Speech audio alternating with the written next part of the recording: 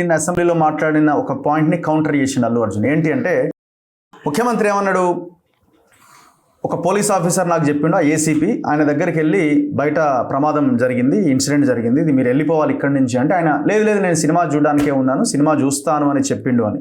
దాన్ని ఆయన కౌంటర్ చేస్తున్న అసలు నా ఎవరు పోలీస్ ఆఫీసర్ కలవలేదు, నా సిబ్బంది నా దగ్గరకు వచ్చి ఇట్లా ఒక అనర్థం జరిగే అవకాశం ఉంది అంటే నేను అప్పటికప్పుడే నేను వెంటనే వెళ్ళిపోయినా, నాకు తెల్లారి తెలిసింది ఇన్సిడెంట్ గురించి అని అంటున్నాడు.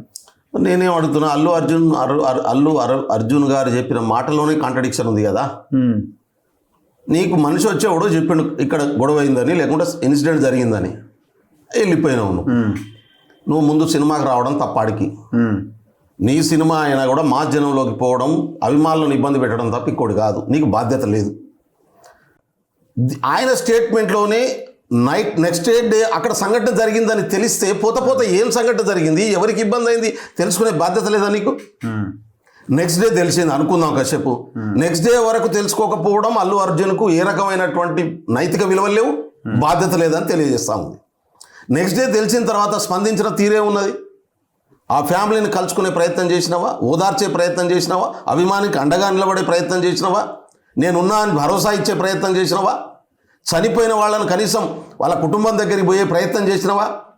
నాకు లీగల్గా ఏం ప్రాబ్లం ఉంటుంది, లీగల్ సమస్యలు ఏంటో నాకు అర్థం కాదు. అభిమాని చనిపోతే అది సంఘటన కాదు, ఆయన పదే ఇది ఒక సంఘటన అంటున్నాడు, అది సంఘటన కాదు.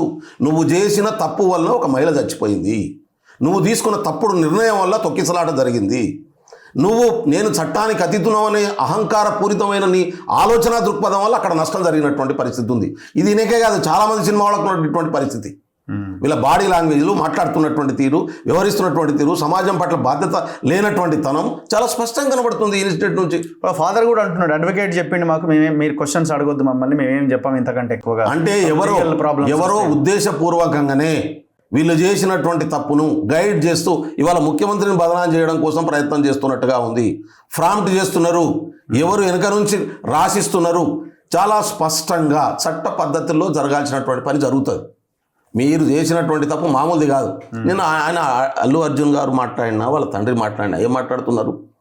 3 సంవత్సరాలు ఆయన కష్టం గురించి, మనిషి చచ్చిపోయిన దాని గురించి వాళ్ళకి బాధ లేదు, పిల్లగాడు చచ్చిపోయే దాని గురించి బాధ లేదు.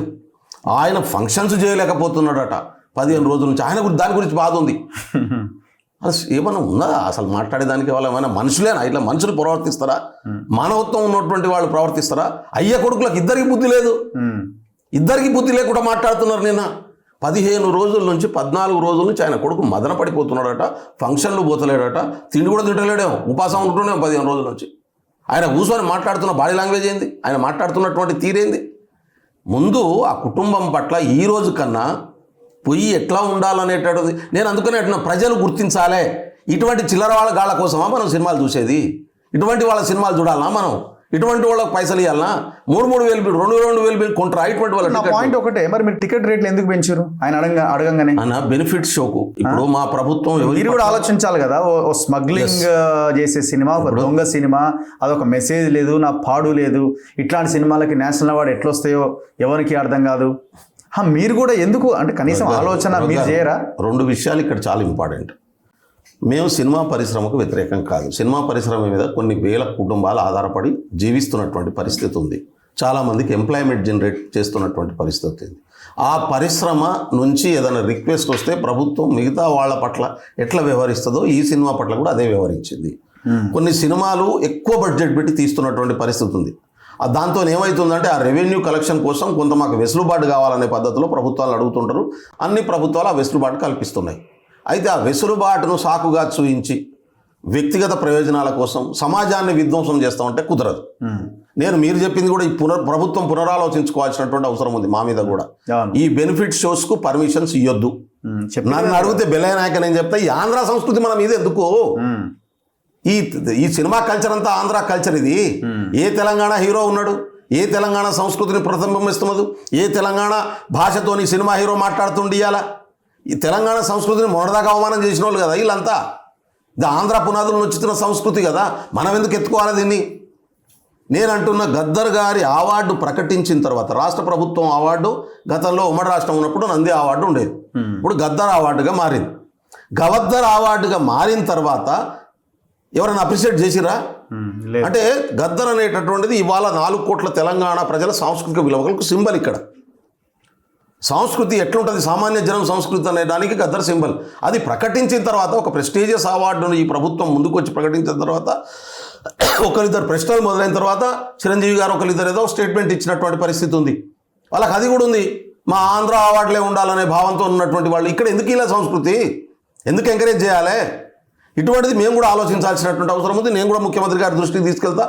ఆల్రెడీ నిన్న బెనిఫిట్ షోస్ అన్ని రద్దు చేస్తున్నట్టు ప్రకటించారు. ఇక ముందు ఏ సినిమాకు ఇష్టం వచ్చినట్టు రేట్లు పెట్టుకునేటటువంటి పరిస్థితి తెలంగాణలో ఉండకూడదు. ఖచ్చితంగా జనరల్ రేట్లు ఎట్లుంటాయో అదే పద్ధతిలో కొనసాగాలి. సినిమా థియేటర్లకు కూడా అరే ఛాయ్ తాగితే 300 ఏందండి, నాకు అర్థం కాదు. సామాన్యులు దోసుకోవడం తప్ప. వాటర్ బాటిల్ 60 రూపాయలు అయింది. అది పాప్కాను 300, అది 300 రూపాయలు 400 రూపాయలు అయింది. మీరే కట్టడి చేయాలి గవర్నమెంట్. ఇవన్నీ కూడా ఖచ్చితంగా దీని మీద ప్రభుత్వం సీరియస్గా ఉన్నది. ప్రభుత్వం దృష్టికి మేము కూడా తీసుకెళ్తాం. ప్రజల్ని దోసుకునేటటువంటి పద్ధతిలో సినిమా పరిశ్రమ తయారైంది. అందుకనే అంటున్నాను, రక్తాన్ని జలగలు పీల్చేటటువంటి పద్ధతి ఉంటుంది కదా. ఈ పెద్ద హీరోలు అనేటటువంటి వాళ్ళు పెద్ద రోజు ₹1 కోటి రిమనరేషన్ నాకు అర్థం కాదు. ఏ పని చేస్తే ₹1 కోటి వస్తాయి, 2 కోట్లు వస్తాయి, 300 కోట్లు, 400 కోట్లు ఎవరి దగ్గర నుంచి దోసుకుంటారు వీళ్ళు? కూలి పని చేసుకునే సామాన్య జనం వాళ్ళ కష్టం వస్తే సాయంత్రం 2 గంటలు ఎంటర్టైన్మెంట్ చూద్దాం అనుకుని పోతే వాళ్ళని దోసుకుంటారా? కానీ మీ ముఖ్యమంత్రి మొత్తం అందరినీ ఏకపారేసిండుగా. సినీ ప్రముఖులు ఎందుకు అల్లు అర్జున్ పోయి పరామర్శిస్తారు? ఆయనకి ఏమైనా కాలు ఇరిగిందా, చెయ్యి ఇరిగిందా అని కూడా మాట్లాడండి. నిజంగా కదా. నాకైతే నిజంగా ఆయన జైలు నుంచి ఇప్పుడు మేము ముఖ్యమంత్రి గారు ఎక్కడ ఇంటర్ఫియర్ కాలే, ప్రభుత్వం ఎక్కడ ఇంటర్ఫియర్ కాలే.